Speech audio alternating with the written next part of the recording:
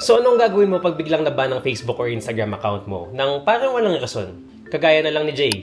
Naban ng FB niya nitong June, suspended without warning. Nag-appeal siya agad pero wala pang 5 minutes ang sagot sa kanya, permanent ban under the accusation of child sexual exploitation and nudity. Things he strongly denies. Maraming rason para mabadtrip sa Facebook pero para sa maraming tao, importante pa rin to.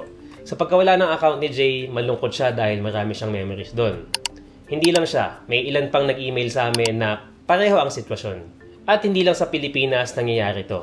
Nandiyan ang Australia, UK, at South Korea. Ang interesante dito, nangyari ang mga incidents na ito matapos ang isang recent na napabalitang update sa Facebook. Nitong Mayo lang, NPR reported how Meta is replacing risk assessors with AI for its product update workflow. Gagamitin din daw ang AI para sa mga sensitive na areas tulad ng mga bagay na may elemento ng youth risk, violent content, at potential spread of falsehoods. Hindi na bago ang paggamit ng Meta ng AI para sa content moderation. In a 2023 transparency report mandated under the EU's Digital Services Act, Facebook disclosed that AI-enabled or automated content moderation made up 94% of all such instances and 98.5% for Instagram.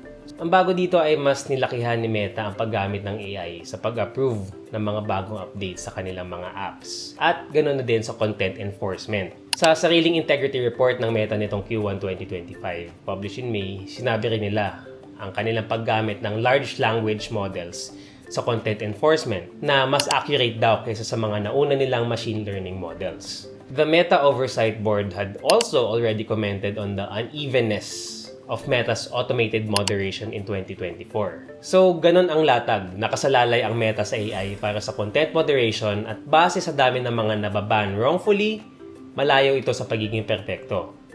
Okay lang sana kung ganong kadali mag-appeal, pero kwento sa amin ni Jay at ng iba pa, hindi epektibo ang tumakbo lang sa Meta para umapela. Para sa kanila, wala sila talagang violations, pero parang kulang ang ginagawa ni Meta para maberipika kung meron nga ba o wala naman talaga.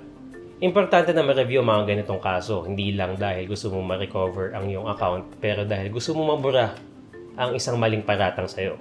When a supposed appeal system offered by a company doesn't work, people turn to other ways. There is currently a global petition, a subreddit called Facebook Disabled Me, and in the Philippines, the supposed wrongfully banned users are also appealing to the National Privacy Commission to look at their cases, hoping to impose their rights as a data subject to recover their accounts.